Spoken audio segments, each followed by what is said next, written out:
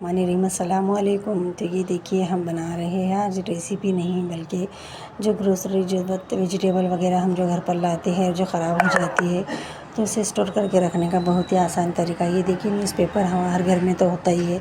बस इस तरह से वेजिटेबल वगैरह को अच्छी तरह से वॉश करके साफ़ करके ले ले, तोड़ के ले ले। और यहाँ पर हम थोड़े थोड़े क्वांटिटी में जो भी हमारे पास वेजिटेबल थे हम इसे ऐसे न्यूज़पेपर में रख देंगे। अगर आपके पास न्यूज़पेपर नहीं है तो टिश्यू पेपर तो होगा, टिश्यू पेपर में भी आप इसे फ्रिज में रख सकते हैं, इसी तरह भी रख सकते हैं या एक कंटेनर में भी रख सकते हैं। यहाँ पर हमने नींबू ले लिया है। नींबू के लिए हमने ये जार लिया जो मिठाई वगैरह के लिए आता है घर में, तो इसे ही हमने अच्छी तरह से वॉश करके ले लिया था। और ये देखिए हमारे अच्छी तरह से काम में आ जाएगा और इसे फेंका नहीं था हमने। अगर आपके पास भी कोई ऐसे जार वगैरह है तो आप उसे भी रीयूज़ कीजिएगा और उसे यूज़ में लाइएगा, क्योंकि ऐसी चीज़ें हमें काउंटर बाहर से लाना पड़ते हैं कंटेनर वगैरह, तो उसे हमें टाइम ज़ाया होता है। और ये देखिए अच्छी चीज़ सस्ते में हमारा काम हो जाता है। और ये यहाँ पर हमने टिश्यू पेपर इसे नीचे रख देना है। और उसके बाद में जो नींबू है, नींबू को भी अच्छी तरह से हमने वॉश करके अच्छे साफ़ करके ले लिया था सूखे कपड़े से। यहाँ पर हम इसे कंटेनर में रखते जाएंगे, क्योंकि अभी नींबू सस्ते हैं लेकिन आने वाले टाइम में नींबू महंगे हो जाएंगे, तो इसलिए इसे इस तरह से स्टोर करके रखने में बहुत फ़ायदा होता है। और आने वाले टाइम में रमज़ान में हमें ये चीज़ें बहुत ज़रूरत की रहती है और तब ये महंगी हो जाती है तो हमारे लिए बजट से बाहर हो जाता है। तो यहाँ पर हरी मिर्च भी देखिए हम इसी तरह से स्टोर करेंगे। स्टोर करने का तरीका आप ये देखिए, हरी मिर्च की डेट है उसे भी निकाल लेंगे। इसे निकाल के आप इसी तरह से टिश्यू पेपर में लपेट के रख देंगे ताकि ये 10 से 15 दिन तक आराम से चले जाएंगे और जो इसका मॉइस्चर रिलीज़ होगा वो भी निकल जाएगा।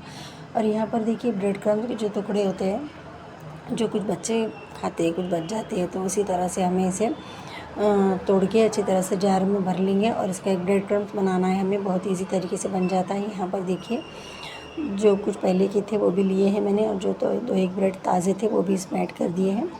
और ये देखिए यहाँ पर हमने अच्छी तरह से इसे पीस के ले लिया था मिक्सर ग्राइंडर में।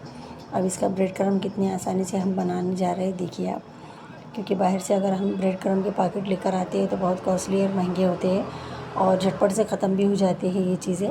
अगर हम इसे घर में स्टोर करके रखें, घर में बनाएं तो अच्छी क्वांटिटी में बना के रख सकते हैं। और बच्चों को स्नैक्स कटलेट वगैरह के लिए तो ये चीज़ें हमें लगती रहती है। और आने वाले टाइम में रमज़ान है, रमज़ान के लिए तो ये चीज़ें हमें स्टोर करके रखना ज़रूरी है। देखिए ये, क्योंकि अभी से इतनी चीज़ें हम काम करते रखेंगे तो हमें आसानी हो जाएंगी आगे जाकर, क्योंकि इबादत वगैरह के लिए भी हमें टाइम चाहिए होता है।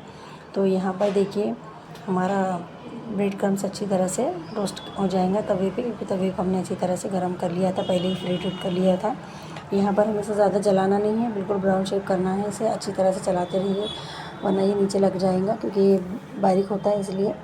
यहाँ पर देखिए इसका कलर अच्छी तरह से आ चुका था माशाल्लाह, बहुत अच्छी खुशबू आ रही थी इसकी, बहुत झटपट उसका मॉइस्चर रिलीज़ हो जाता है। यहाँ पर ये बनकर तैयार हो गया था और हमने इसे निकाल लिया था एक प्लेट में ठंडा होने देंगे। ठंडा होने के बाद हम इसे जार में रिफ़िल करेंगे।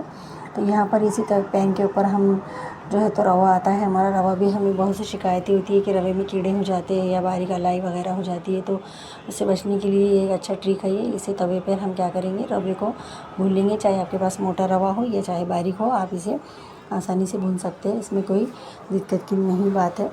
तो बच्चे वगैरह जो रवे के लिए रवा बनाते हैं, सूजी या फिर हम उपमा वगैरह बनाते हैं सुबह नाश्ते के लिए, तो हमें बहुत टाइम हो जाता है। इसी तरह से ये आसानी होती है कि हम बस ले और बनाकर बच्चों को टिफ़िन वगैरह के नाश्ते के लिए दे दें, बहुत ईजी हो जाता है हमारे लिए काम। तो यहाँ पर देखिए रवे को भी हमने अच्छी तरह से भूनकर ले लिया था। अगर आपको इस तरह से भूनकर नहीं रखना है तो आप फ्रिज में भी रख सकते हैं रवे को, उसमें भी फ्रिज में भी अच्छा फ्रेश रहता है। तकरीबन महीने 2 महीने के लिए भी आप इसे रख सकते हैं, ख़राब नहीं होगा बिल्कुल भी। तो यहाँ पर देखिए हमारा रवा भी अच्छी तरह से भून चुका था। अब इसे भी हम एक प्लेट में निकाल देंगे और अच्छी तरह से ठंडा होने देंगे, ताकि ठंडा होने के बाद हम इसे जार में भर सकें। तो देखिए फ्रेंड्स, ये हमने रवे को भी पूरी तरह से निकाल लिए हैं। और आप हमारी वीडियो को कहाँ से देख रहे हैं हमें बताइएगा कमेंट में प्लीज़, और हमें बताइएगा कि आप आगे हमारी वीडियो में क्या देखना पसंद करेंगे, और हमें लाइक सब्सक्राइब और कमेंट ज़रूर कीजिएगा। और यहाँ पर देखिए रवा भी अच्छी तरह से भुन चुका था। अब इसे हम जार में फिल कर देंगे। यहाँ पर हमने 2 कंटेनर लिए हैं जो कि बच्चों के जेली वगैरह के लिए होते हैं, घर में हम तो अक्सर मंगाते हैं, अचार वगैरह की जो भरनी होती है, बस उसी में ही हम ये फिल करके रख लेंगे। यहाँ पर देखिए हमारा ब्रेड क्रम्ब अच्छी तरह से ठंडा हो चुका था। फटाफट हम इसमें भरते जाएंगे। ये जेली की या वगैरह की किसकी भी भरनी हो आपके पास, इसमें आप भर के रख सकते हैं अच्छी तरह से। यहाँ पर देखिए इसे भी हमने काम में ले लिया है। ये पेपर से हम इस तरह से भरने से क्या होता है कि हमारे जो काउंटर टॉप है वो ख़राब नहीं होता है, बिल्कुल भी नीचे नहीं गिरता है। ये देखिए अब इसमें हमने स्टोर करके रख दिया है। आगे भी हमें अगर ज़रूरत पड़ेगी तो आगे हम और बनाकर इसमें स्टोर करके रख देंगे। तो ये वीडियो बताने के लिए हमने बनाया था। तो ये यहाँ पर देखिए ये हमारा ब्रेड क्रम्स तो तैयार हो चुका है। ये रवे को भी हम इस तरह से फिल कर देंगे।